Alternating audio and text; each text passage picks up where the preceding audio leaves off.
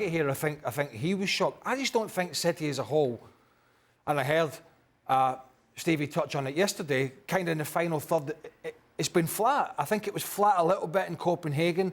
They won. It was definitely flat against Everton the week before, until the 71st minute, when I think it was Haaland that actually scored. It might have been Haaland that scored. That was their first shot on target.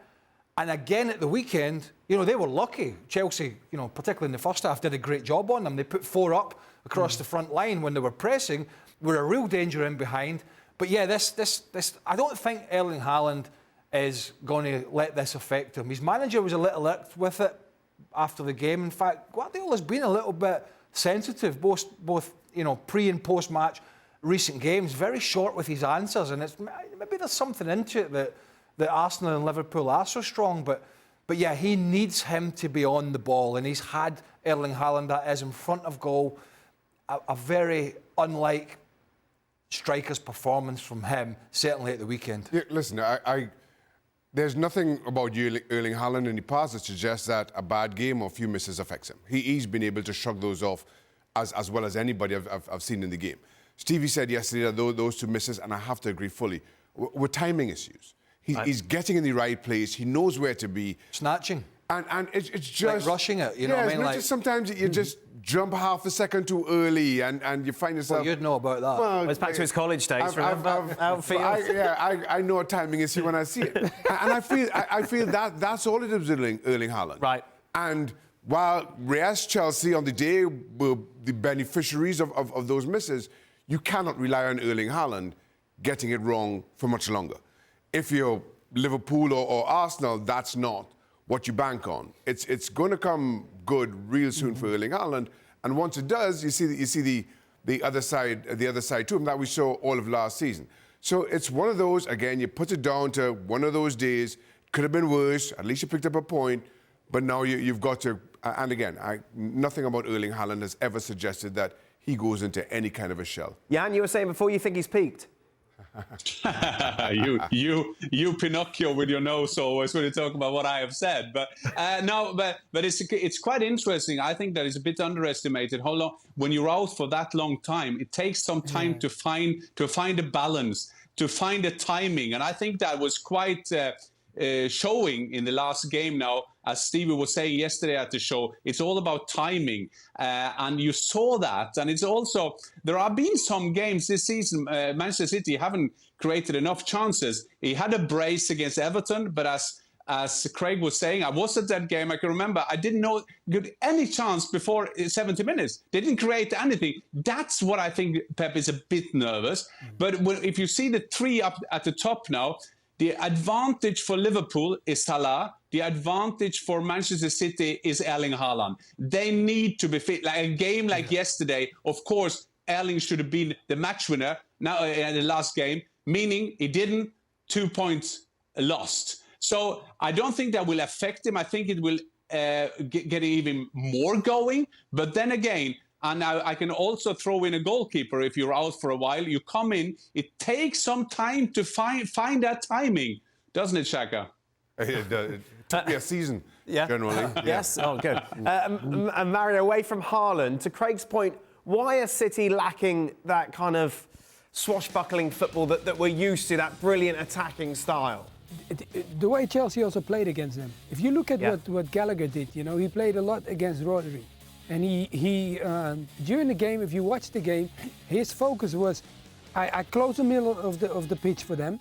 And then also when Rodri wants to get on the ball, I'm not going to make it that easy for him. So he put a lot of energy in that. He played a lot of times around him, you understand? And really, like, it was not like, he wasn't like supporting Jackson in the sense of like attacking wise. He was more like doing his job in the sense of like, you cannot hurt us because we're going to wait and we're going to sit.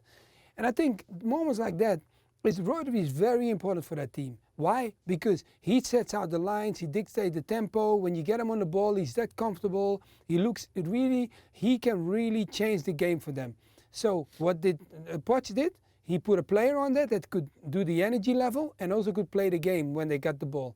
And I think that was a difference for City because there's a lot of players, or a lot of teams, I mean, that face them like that. in the sense of like try to find the triggery where they are good. If you look at Doku, you know, Malagusto had a great game against Doku. Why? Because Palmer was kind of helping him out too, blocking the lines off. So some of the things that City normally can handle in playing between the lines and things like that, it was very difficult for them. I think football-wise and tactical-wise, I think Chelsea had it till the moment when he started making the substitutions. I think the 71 minute, I think it was too early for him to take Palmer out. And when he took Palmer out, I felt like City start opening up a little bit more because he put a back line of 5 behind, you know, like Chalobah came in, a back line of 5 players, and I was like, wow, why so many, you know, defending? You still have to try to score. And I think that kind of helped City in getting back into the game. And of course, you know how they scored. You understand, Chelsea scored a great goal and then they conceded. But the goal that they scored, it was for me was surprising that Sterling, it sounds maybe interesting, but he almost looked like he always got the better on Walker. It's an interesting situation between them two. The first game in the beginning of the season, I saw that already happening, that they kind of, I think they're friends, but you always want to do your friends one over. And then when the game got here, he let him come inside. You don't let your player come to his strongest foot. Checking inside and making him bend it with his right. Sterling is not the best striker of the ball anyway, but is he skillful? Is he smart? Oh, we clearly saw that.